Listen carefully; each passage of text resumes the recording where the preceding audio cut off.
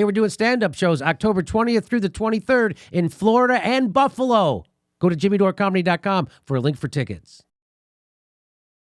There's a lot of strikes happening right now. So finally, people have been talking about a general strike. Well, there's lots of strikes happening. So people seem to have had it, right? The American worker has finally seemed to start to stand up again, which is really encouraging.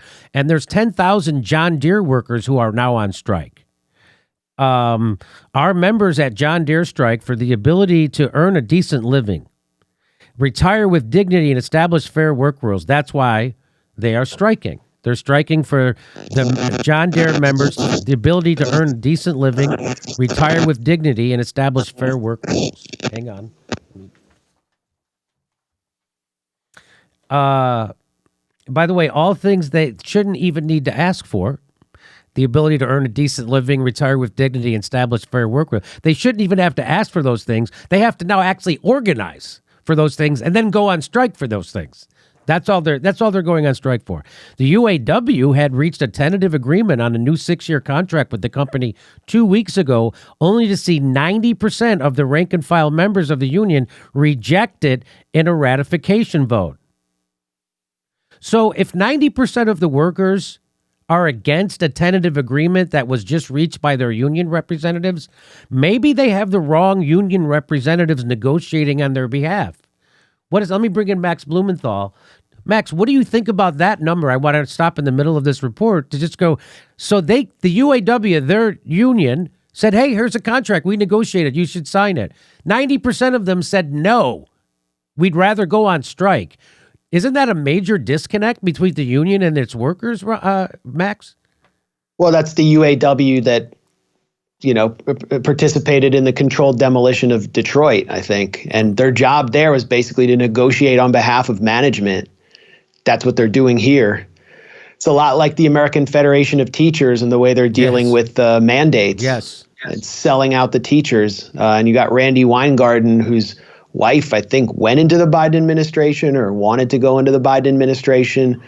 I mean, the union bosses are walking hand in hand in many cases with the bosses, and the unions have been weakened systematically since the Reagan era through Republican and Democratic administrations. So these are kind of like strikes being driven by frontline workers. What we've seen around Southwest Airlines was kind of a wildcat strike that the airline tried to cover up. But there is a wild wind of labor militancy out there, and there is a giant pool of Americans who are just completely fed up and completely exhausted after the last 18 or 19 months. They all have different reasons for being fed up. Some people might be disgusted by the vaccine mandates. Other people might be afraid to go to work because they're being exposed to COVID. And they might be sick of the constant chaos, the restrictions. But all in all, they're overworked. They have been abused. And that's why 3% of the entire American workforce quit in August. So what are we going to see here? I don't know. I'm not a labor historian, but I know in like 1940, 1 in 10 workers were already on strike. This is what the New Deal was about, was kind of co-opting them and preventing an actual communist revolution in the United States by giving them some kind of democratic socialism. But now there's nothing. There's almost no social safety net. So where will this lead? I can't really say. So this is the largest strike in the private sector in the United States since the UAW waged a costly 6-week strike against General Motors 2 years ago. Guess what? The CEO of John Deere sold $72,000 in company stocks just days before the strike. Wow. And then he skipped town and is currently partying in Mexico. What an entrepreneur this guy is. Am I right? John Deere is cutting off 10,000 workers and their families' health insurance on October 27th. They could just as easily not do this, but they want to break the strike. Also, Congress let COBRA subsidies expire on October 1st, putting workers on the hook for thousands of dollars.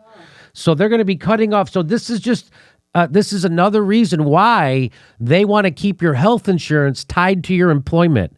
Another problem Medicare for All would fix. It would give workers more power in the economy, which is why you don't have Medicare for All.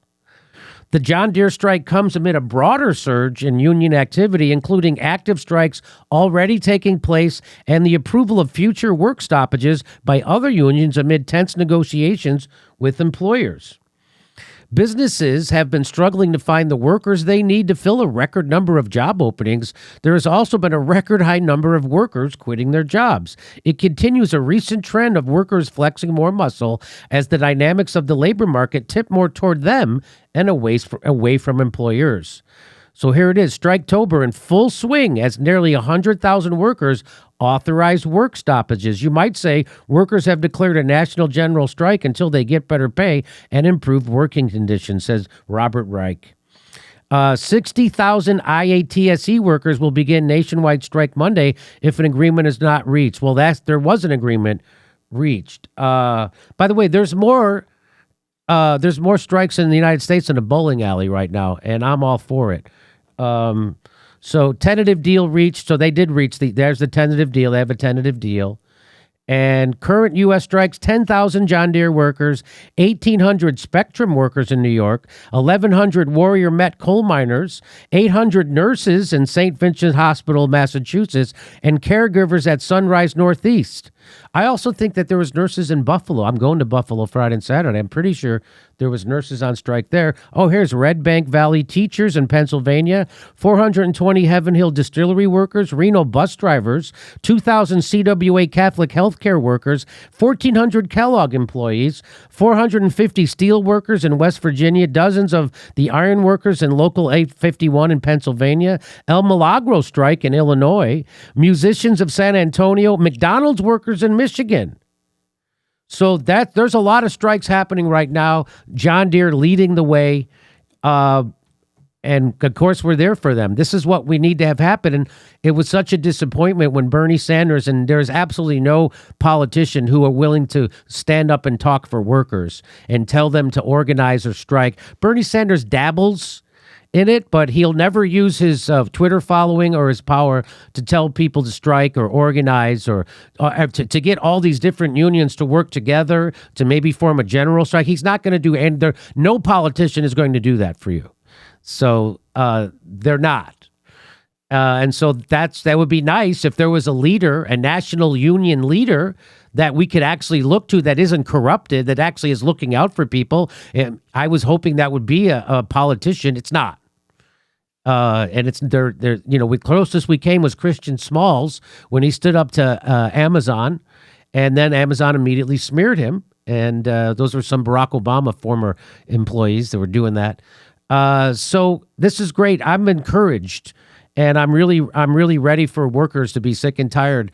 And it would be great if they could do a general strike every Friday until they got the Medicare for All. If Medicare for All would be such a huge game changer in America, it would give so much more power to the worker, and we could maybe get something done legislatively then. Max, anything you want to say about all these strikes? Well, where's the Biden administration? I mean, Joe Biden, I don't think he said anything, and he's trying to avoid taking sides. And he always defers to like his press secretary, and they say, oh, there are legal reasons why he can't speak out here. So he's not exactly walking the picket line here.